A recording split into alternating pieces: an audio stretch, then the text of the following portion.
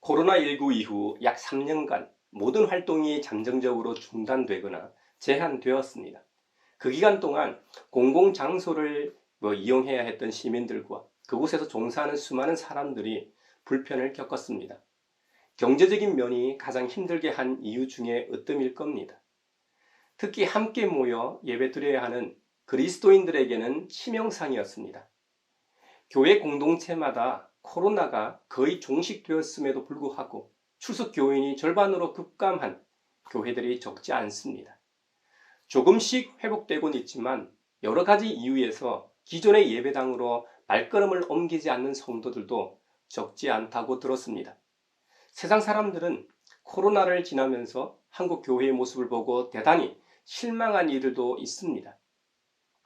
또 교회 내 교인들조차도 몇 년간 인터넷으로 화상으로 드리는 편리성 때문에 굳이 나갈 필요성을 못 느끼는 교인들도 있습니다. 믿음이 있든 없든 상관없이 교회는 단순히 건물이 아닙니다.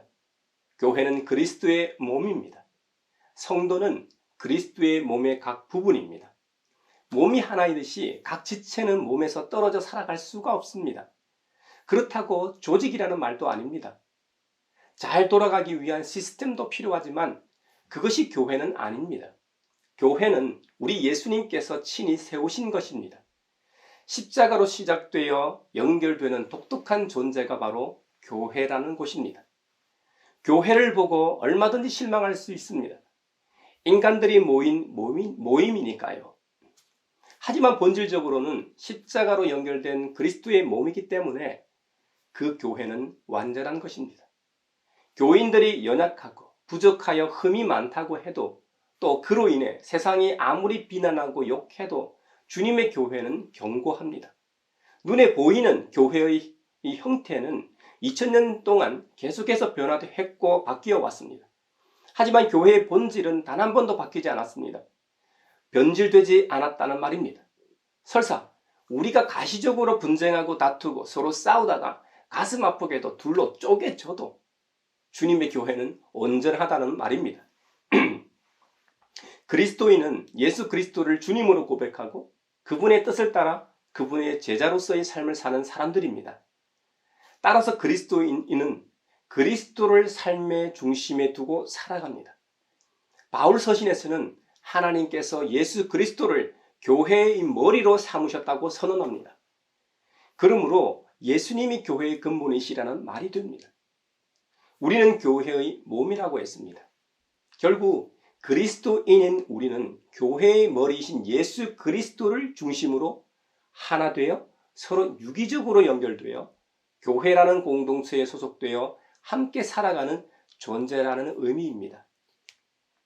사랑하는 형제자매 여러분, 이 땅 위에서 최초의 교회가 어떻게 시작되었습니까?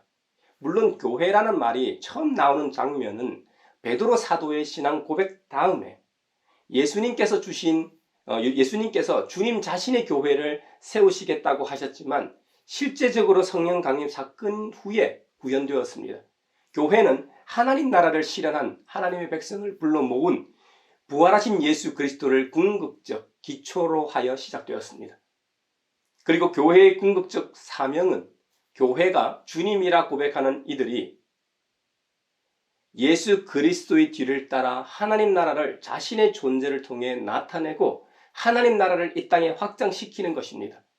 그래서 교회는 단순히 정치적 입장이나 진영에 따라 입장을 표명하는 것이 아닙니다. 독일의 유명한 신학자 몰트만은 교회를 이렇게 말했습니다.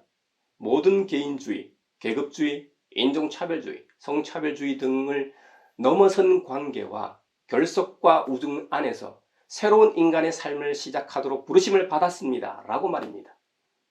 오늘날 전 세계적으로 볼 때 대부분의 교회들이 자신이 위치한 지역이나 구성원에 따라 교회론이 달라지는 면을 보게 됩니다. 미국과 우리나라만 봐도 교회가 점점 우경화되어 가고 있습니다. 표면적으로는 복음만을 외치는 것 같아도 세상과 선을 긋거나 선악의 이원론적 입장을 취하기도 합니다. 심지어는 2000년 전 예수님 당시처럼 자신들의 기득권을 유지하기 위해 현실 권력과 결탁하는 모습까지 보이기도 합니다. 몰트만이 지적한 것처럼 이런 것은 교회 모습이 아닐 겁니다. 우리 예수님처럼 소외되고 도움의 손길이 필요한 약자들의 소리에 귀 기울이는 교회인지 돌아봐야 하겠습니다. 다시 본질로 돌아가 교회의 기초요 시작이신 예수님에 대해 깊이 묵상하고 다시 그분을 붙잡아야 합니다. 그런 의미에서 요한복음서 20장 부활장은 우리에게 큰 울림이 있습니다. 그들과 영원히 함께 하실 것만 같았던 선생님이 돌아가셨습니다. 그것도 그 당시 가장 참혹한 사형이 이 십자가형으로 말입니다. 제자 모두가 그 장면을 목도했습니다. 그렇게 믿고 따랐던 주님이 힘 한번 제대로 못 써보고 그만 죽고 말았습니다. 얼마나 허무했을까요? 성경의 기록처럼 제자들은 유대 사람들이 무서워서 문을 모두 꽁꽁 닫아 걸고 있었습니다. 그런데 그때 부활하신 예수님께서 제자들에게 나타나셨습니다. 분명히 문은 단단히 닫혀 있었습니다. 그런데 정말 귀신같이 나타나셔서 말씀하십니다. 너희에게 평화가 있기를. 개역개정판으로는 너희에게 평강이 있을지어다. 주님에 대한 그리움으로 인해 환청이 혹 들릴 수도 있잖아요. 그런데 이건 환청이 아니었습니다. 모두가 보는 앞에서 예수님은 평화의 인사를 하신 후 두 손과 이 옆구리를 그들에게 보여주셨습니다. 주님의 두 손과 옆구리는 십자가형의 하이라이트 상흔입니다. 2주 전 종려 주일 십자가 순환의 깊이 제하의 말 설교에서 십자가 고통의 법의학적 소견을 함께 묵상해 보았습니다. 예수님의 이 두 손은 18cm의 큰 대못이 박혀있던 자리입니다. 옆구리는 또 어떻습니까? 예수님의 죽음을 확인하기 위하여 로마 군인들이 긴 창을 오른쪽 옆구리에서 대각선으로 찌른 자국입니다. 이 고난의 상흔, 제자들 앞에 서 있는 분이 틀림없는 예수님이심을 증명하는 증거입니다. 그제서야 제자들은 예수님을 보고 기뻐합니다. 이것이 부활하신 주님을 처음 뵌 제자들의 모습입니다. 항상 먼저 찾아간 쪽은 예수님이십니다. 제자들은 단지 찾아오시는 예수님을 만났을 뿐입니다. 이것이 우리의 자화상입니다. 우리 스스로 예수님을 찾아갈 수 없습니다. 우리 스스로 찾아 나설 수도 없습니다. 우리에게는 그럴 만한 능력이나 힘이 없기 때문이죠.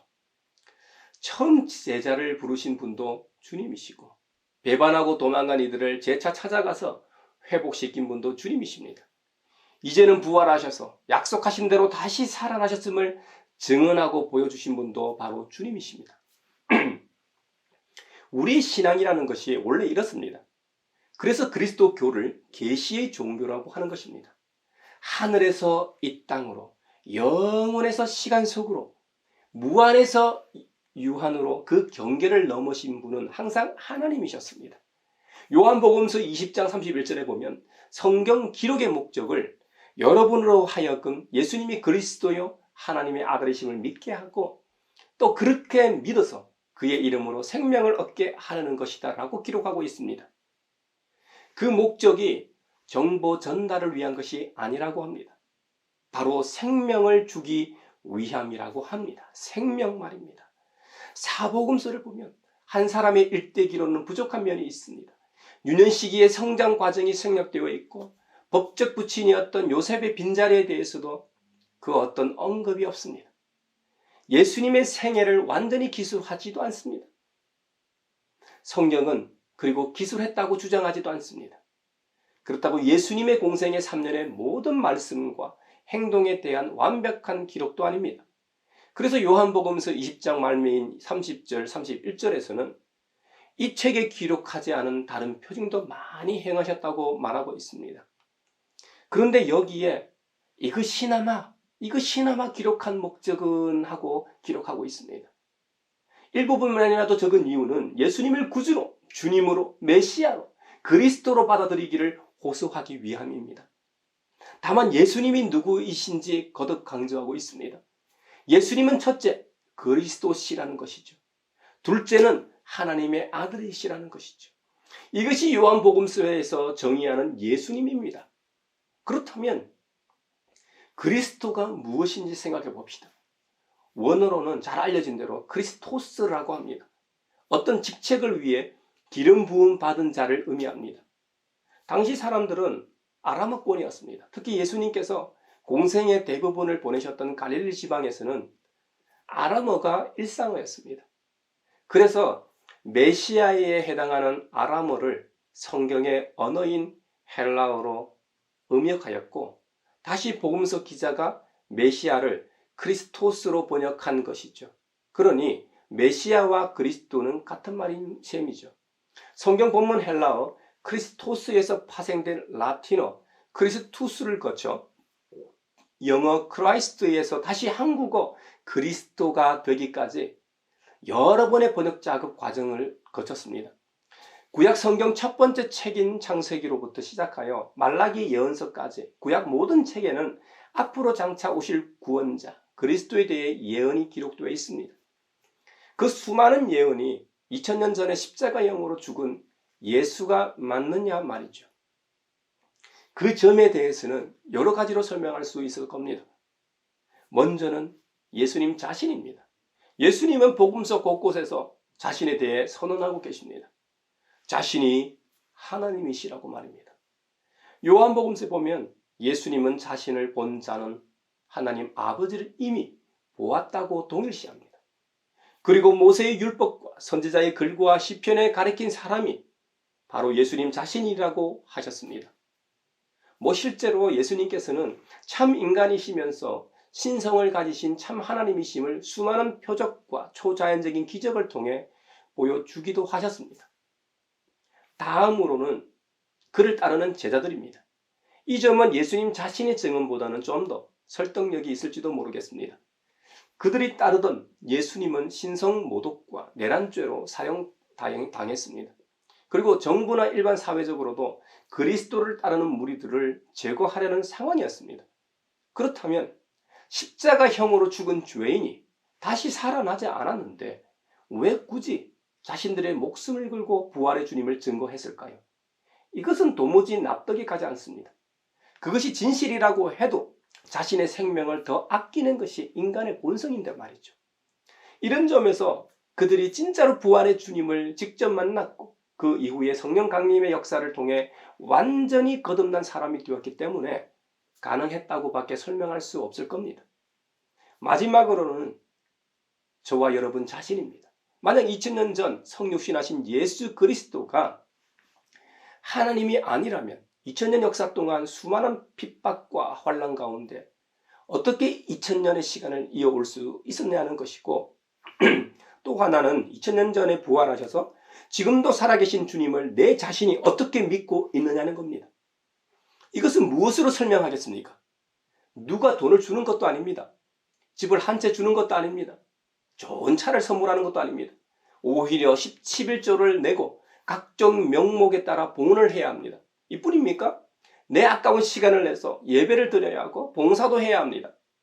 어떤 경우는 교회 내 봉사뿐만 아니라 교회 밖 봉사도 기쁨으로 감당해야 합니다. 이런 것들이 사회 친목 모임이나 클럽에서 가능한 일입니까? 그러므로 예수님은 그리스도, 메시아, 하나님의 아들 구원자가 맞다는 것이죠. 예수님이 메시아가 맞다면 그분은 하나님의 아들이 맞을 수밖에 없습니다. 하나님의 아들만이 세상을 구원할 수 있기 때문이죠. 그리고 예수님을 가장 먼저 제대로 알아본 존재들도 악한 영들이었습니다. 그들을 위협할 유일한 존재인 하나님의 아들을 알아봤던 것이죠. 그래서 예수님께 선처를 구하기도 하지 않았습니까? 군대 귀신 같은 경우는 돼지떼에게 들어가게 해달라고 간청해 2000마리 되는 돼지떼가 바다를 향해 벼랑 끝으로 달려가 몰사하지 않았습니까? 그들 모두가 증언하길 더없이 높으신 하나님의 아들 예수님, 나와 무슨 상관이 있습니까? 하나님을 두고 애원합니다. 제발 나를 괴롭히지 마십시오. 여러분, 요한복음서 20장에서 성경의 기록 목적을 설명하고 있는 것처럼 이제 예수님은 메시아, 그리스도이시며 하나님의 아들이심이 분명해졌습니다. 그렇다면 남은 문제는 그분으로 인해 생명을 얻게 하기 위해 기록했다는 점입니다. 설교 서론에서 교회론을 얘기할 때 교회는 주님이라 고백하는 이들이 예수 그리스도의 뒤를 따라 하나님 나라를 자신의 존재를 통해 나타내고 하나님 나라를 이 땅에 구현하며 확장하는 것이라고 했습니다. 예수님 뒤를 따라가 하나님 나라를 자신의 존재를 통해 어떻게 해요? 그리스도인 개개인의 존재를 통해 나타내는 것이라고 했습니다. 그래야만 하나님 나라가 이 땅에 구현되고 확장됩니다. 하나님의 아들 예수 그리스도 우리의 구원자를 통해 새 생명을 얻은 자만이 이 일을 할 수가 있습니다. 참 생명을 맛보지 못한 사람이 어떻게 그 생명에 대해 논할 수 있겠습니까? 여기서 말하는 생명은 우리가 흔히 말하는 구원입니다. 하나님의 자녀 된 말입니다. 우리가 한번 태어나 살다 죽는 이 인생 말고 주님과 하나님 나라에서 영원히 사는 영생 말입니다. 이것은 오직 예수 그리스도를 믿고 구원받은 자에게만 주어지는 하늘의 복입니다. 예수님의 부활은 주님 자신의 부활로 끝나는 것이 아닙니다. 주님의 부활의 가장 큰 수혜자는 바로 그리스도인이 된 우리 자신입니다. 주님의 구원은 단순한 죄의 문제만을 해결해 주신 것이 아닙니다. 하나님과 우리 사이를 단절시킨 요인인 죄의 문제를 해결함으로써 말미암아 하나님과 우리 사이의 영적인 교제가 다시 가능하게 되었다는 것이 큰 축복입니다. 이것이 구원의 참 의미입니다. 원래 인간은 하나님의 형상을 닮은 존재로서 창조주 하나님과 영적인 사귐과 교제를 하도록 창조된 존재입니다. 우리는 영적인 사귐을 통해 그 원동력으로 다른 피조 세계의 청지기로서 그 사명을 감당할 수 있습니다. 그런데 우리의 깨어진 자화상과 창조의 본 모습이 변질되었기 때문에 우리의 탐욕을 위해서만 피조 세계를 활용하다 보니 오늘날 심각한 문제로 대두되는 기후 위기를 초래하게 된 것입니다. 이제 우리는 우리의 산 소망이신 예수 그리스도를 다시 붙잡아야 합니다. 그래야만 우리 스스로도 바른 자화상을 회복할 수 있고 우리 그리스도인들을 통해 신음하는 피조 세계의 울부짖음에 귀 기울일 수 있고 그들 또한 원래의 모습과 자리로 돌아가게 할 수 있습니다. 사실 우리는 2000년 전 사도들과 제자들처럼 예수님을 본 일이 없지만 사랑합니다. 의심 많은 도마와는 달리 지금 주님을 보지 못하면서도 주님을 믿습니다. 말로 다 표현할 수 없는 즐거움과 영광을 누리면서 기뻐합니다. 그리고 그 표현으로 목소리 높여 찬양하며 예배까지 합니다. 이 모든 사실이 우리가 구원을 받았다는 표징입니다. 이런 자들에게 주님은 두 가지를 당부하셨습니다. 하나는 하나님 아버지께서 아들이신 예수님을 보내신 것 같이 예수님께서도 우리를 세상으로 보내신다는 겁니다. 두 번째는 이 일을 위해 성령을 받아라고 말씀하셨습니다. 주님께서는 평화의 사도로 우리를 세상에 보내십니다. 이런 점에서 우리 가양교회에서도 매주일 축도 전 서로 평화의 인사를 나누고 있습니다. 그 의미가 성경 말씀대로 잘 전달되고 있는지는 모르겠습니다만 영생을 소유한 우리 성도 간에 먼저 평화가 있어야 합니다. 그리고 참 영생, 참 평화를 소유한 우리 성도들을 통해 세상이 주님과 화목하도록 그 역할을 다할 수 있는 것이죠. 이것이 교회의 본질입니다. 부활하신 주님은 곧 아버지 곁으로 돌아가십니다. 그 전에 우리에게 예수님 자신의 사명을 위임하십니다. 교회는 예수님의 일을 말하는 입이 되어야 합니다. 예수님의 심부름을 하는 발이 되어야 합니다. 예수님의 역사를 행하는 손이 되어야 합니다. 이제 예수님의 일은 주님이 세우신 주님의 몸인 교회를 통해 역사합니다. 교회가 전국 방방 곳곳에 예수님의 이야기를 전파하지 않았더라면 삼천리 반도 금수강산에 교회는 없을 겁니다. 세계 5대양 6대주의 교회가 존재하지 않을 겁니다. 이런 점에서 감히 말씀드리면 예수님께서는 교회를 의존하고 계신다고 해도 과언이 아닙니다. 반대로 말하면 주님께서 보내신 사람들이 갖고 가야 하는 메시지는 예수님이라는 말입니다. 교회의 기초가 예수님이신데 교회에 예수님이 없다고 생각해 보십시오. 그 교회는 알곡이 없는 죽정이와 같습니다. 그곳에서는 매주 설교가 있지만 하나님 나라에 대한 메시지가 없고 능력도 없습니다. 그 말은 교회는 철저히 예수님을 의지하고 있다는 말이 됩니다. 성자 예수님께서 성부 하나님과 하나이듯이 교회 역시 삼일째 하나님과 뗄래야 뗄 수 없는 관계라는 의미입니다. 교회는 자신의 메시지를 전해서는 안 됩니다. 교회 구성원을 자랑해서도 안 됩니다. 담임 목회자를 비롯하여 주님의 종도를 자랑해서도 안 됩니다. 프로그램이나 어떤 특별한 행사를 자랑해서도 안 됩니다. 그런 것들은 핵심이 아닙니다. 교회는 오직 예수 그리스도, 우리 주님만이 핵심이며 전부이기 때문입니다. 그렇다면 교회는 어떻게 본질에 충실할 수 있을까요? 예수님께서 제자들에게 숨을 불어넣으시고 말씀하셨던 성령에 있습니다. 창세기 2장에서 하나님께서 땅의 흙으로 사람을 지으시고 생명의 기운을 그 코에 불어넣으셨을 때 생명체가 되었던 것처럼 그리스도인들은 성령님이 아니고서는 하나님의 사람이 될 수 없습니다. 그러므로 모든 그리스도인들은 성령님으로 말미암아 거듭나게 되고 하나님의 아들, 구원자 예수님을 나의 구주, 나의 하나님으로 고백하게 됩니다. 성령님이 교회 위에 임하실 때 교회는 그 사명을 위해 다시 한번 각성하게 되고 새로워지고 부흥을 경험하게 될 것입니다. 예전의 종교개혁이나 1907년 평양 대부흥운동 역시 성령의 역사였습니다. 예수님께서 2000년 전에 부활하셔서 겁쟁이 제자들에게 찾아오셔서 숨을 내쉬며 성령을 받으라고 생기를 불어넣으셨던 것처럼 주님께서 다시 한번 생명의 기운을 교회에 불어넣어 주셔야 이런 성령의 역사가 일어납니다. 우리 가양교회 위에 주님의 생명의 기운이 불어넣어지길 바라며 소원합니다. 부활절 둘째 주간인 이번 주 우리 모두가 그리스도 우리 주님의 위임 명령을 받고 세상으로 나아갑니다. 주님께서는 2000년 전 사랑하시는 제자들을 보내셨듯이 성령 받고 그리스도의 제자된 우리를 세상으로 보내십니다. 주님의 손과 발이 되어 살아가길 바랍니다. 우리 각자의 존재를 통해 예수님의 이야기를 전하는 은총이 있기를 축복합니다.